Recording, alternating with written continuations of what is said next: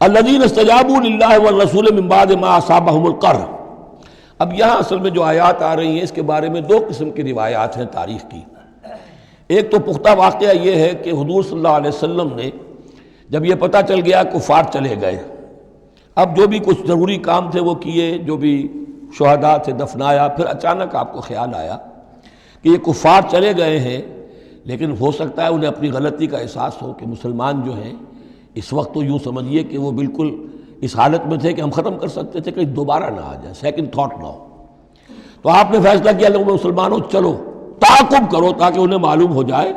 کہ ہماری ہمت ہاری ہوئی نہیں ہے، انہیں پتہ چلے گا کہ مسلمان اس وقت بھی اس کیفیت میں کہ ہمارے تعاقب میں آ رہے ہیں، تو پھر وہ جرأت نہیں کریں گے۔ تو اس وقت اہل ایمان جو تھے انہوں نے اس کے باوجود کہ جسم جو ہے زخموں سے چور چور تھے، اتنا بڑا صدمہ پہنچا تھا، پھر وہ تیار ہو گئے اور حضور 8 میل تک حمراء الاسد تک چل کر آئے مدینے سے باہر، اور وہاں جو ہے ابو سفیان کو وہ خیال فی الواقع آ چکا تھا اور وہ لوٹنے کی فکر کر رہا تھا۔ ایک تاجر ادھر سے آ رہا تھا، اس نے کہا تھا جا کے مسلمانوں سے بتا دو کہ میں بہت بڑا لشکر لے کر آ رہا ہوں فوراً۔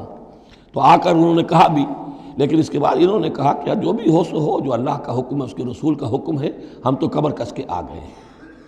اسی طرح کا واقعہ بیان ہوتا ہے کہ ابو سفیان جاتے ہوئے یہ کہہ گیا تھا کہ اب اگلے سال دوبارہ ملاقات ہوگی بدر میں، یعنی 1 سال پہلے بدر میں جنگ ہوئی تھی، اب 1 سال کے بعد جو ہے یہ احد میں ہم آ گئے مدینے پر حملہ آور ہو کر، اب ہمارے تمہارے درمیان تیسرا مقابلہ بدر میں ہوگا اگلے سال، وہ بدر صغریٰ کہلاتا ہے۔ تو حضور اس کے لیے نکلے، گئے بدر تک، ادھر سے ہی ابو سفیان اپنا پورا لشکر لے کر آئے،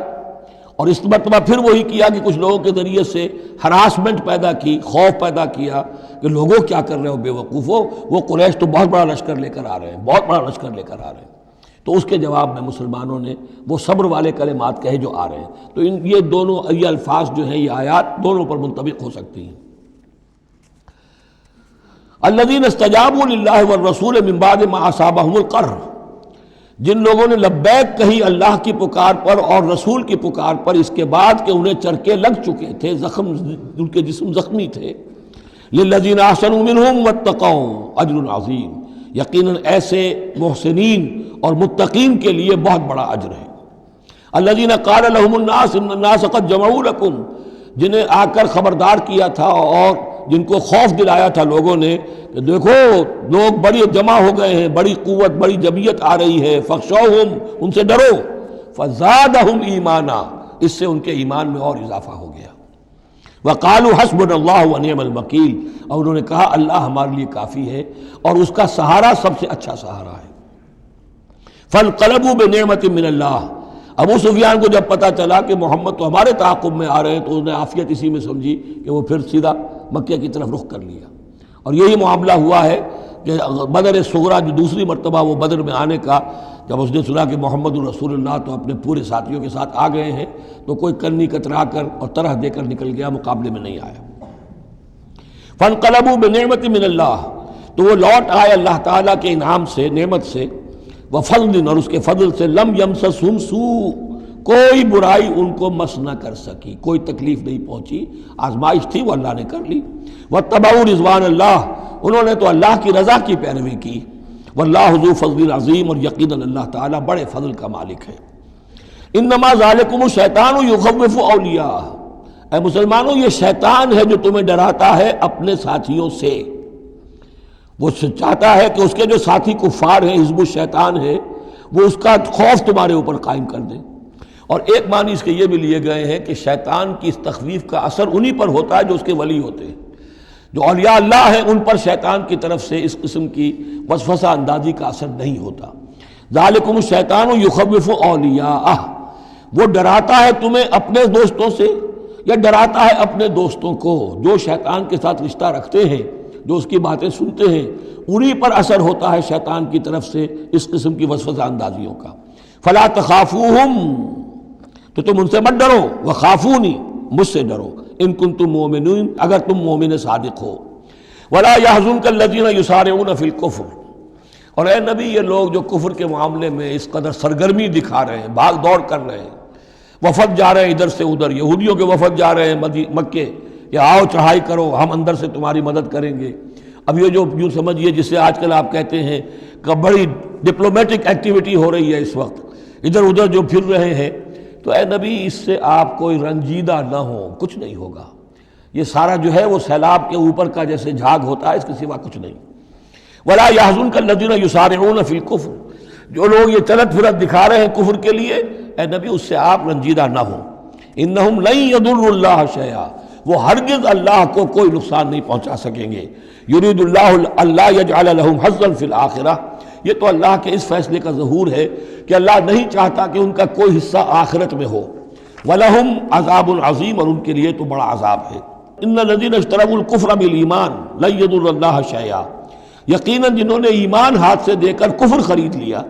وہ اللہ کو کوئی نقصان نہیں پہنچا سکتے۔ وَلَهُمْ عَذَابٌ أَلِيمٌ، ان کے لیے دردناک عذاب ہے۔ وَلَا يَحْسَبَنَّ الَّذِينَ كَفَرُوا أَنَّمَا نُمْلِي لَهُمْ خَيْرٌ لِأَنفُسِهِمْ، اور نہ سمجھیں یہ کافر کہ ہم جو انہیں مہلت دے رہے ہیں تو یہ ان کے لیے اچھائی کر رہے ہیں، اچھائی نہیں ہے۔ کفر کو مہلت ملتی ہے تاکہ اور بڑھ جائے، ثم ازدادوا کفرا، کفر میں اور بڑھ جائے، تاکہ وہ اور برے سے برے عذاب کے اپنے آپ کو مستحق بنا لے۔ اللہ ڈھیل دیتا ہے،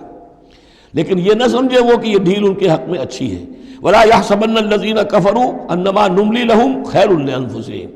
إِنَّمَا نُمْلِي لَهُمْ لِيَزْدَادُوا إِثْمًا، یہ ہم ان کی رسی دراز کرتے ہیں، ڈھیل دیتے ہیں تاکہ اور گناہ کما لیں۔ وَلَهُمْ عَذَابٌ مُهِينٌ، اور پھر ان کے لیے اہانت آمیز عذاب ہو۔ مَا كَانَ اللَّهُ لِيَذَرَ الْمُؤْمِنِينَ، یہ آیت پھر بہت اہم آ گئی ہے کہ اللہ تعالیٰ کی طرف سے یہ آزمائشیں کیوں آتی ہیں، اپنے نیک بندوں کو، اپنے صالح بندوں کو ان تکلیفات میں کیوں ڈالتا ہے، حالانکہ وہ تو قادر مطلق ہے، آنے واحد میں جو چاہے کر دے۔ ما کان اللہ لیذر المؤمنین علی ما انتم علیہ، دیکھو اللہ کے لیے یہ بات اللہ کی حکمت کے مطابق نہیں ہے کہ وہ تمہیں چھوڑے رکھے اسی حال میں جس میں تم ہو، یعنی تمہارے اندر کمزور اور پختہ ایمان والے ابھی گڑبڑ ہیں، اس سے آگے بڑھ کر ابھی منافق اور مومن بھی گڑبڑ ہیں۔ یہ گڑبڑ جو جبیت تمہاری ہے، یہ آگے چل کر اگر اس کو پاک نہ کر دیا جائے،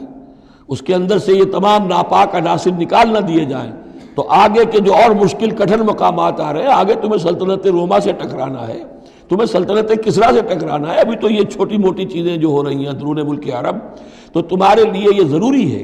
کہ پرج ہوتی رہے، اور وہ پرج ہوتی ہے انہی آزمائشوں کے ذریعے سے۔ ما کان اللہ لیذر المؤمنین علی ما انتم علیہ، یہ اللہ کا طریقہ نہیں ہے، سنت نہیں ہے کہ وہ تمہیں چھوڑے رکھے اہل ایمان اسی حالت میں جس پر تم ہو، حتی یمیز الخبیث من الطیب، جب تک کہ خبیث علیحدہ نہ ہو جائے طیب سے، کھل جائے۔ یہ خبثاء ہے، یہ منافقین ہیں، یہ وہ لوگ ہیں، یہ ففتھ کالمسٹ ہیں، بات واضح ہو جائے، اور صرف صادق الایمان لوگ وہ بالکل نکل کر علیحدہ ہو جائیں۔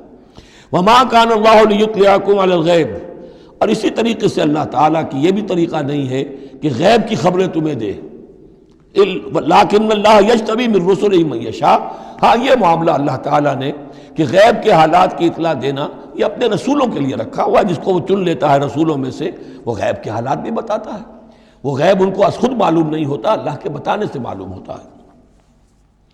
یعنی یہ کہ ان آزمائشوں میں کیا حکمتیں ہیں، کیا اس میں تمہارے لیے خیر آ رہا ہے، ہر چیز ہر ایک کو نہیں پڑھائی جائے گی بچوں کی طرح، البتہ یہ کہ یہ چیزیں ہم رسولوں کو بتا دیتے ہیں۔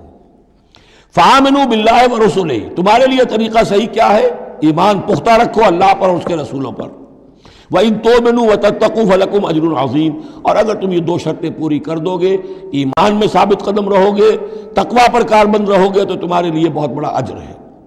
وَلَا يَحْسَبَنَّ الَّذِينَ يَبْخَلُونَ بِمَا آتَاهُمُ اللَّهُ مِنْ فَضْلِهِ هُوَ خَيْرًا لَهُمْ،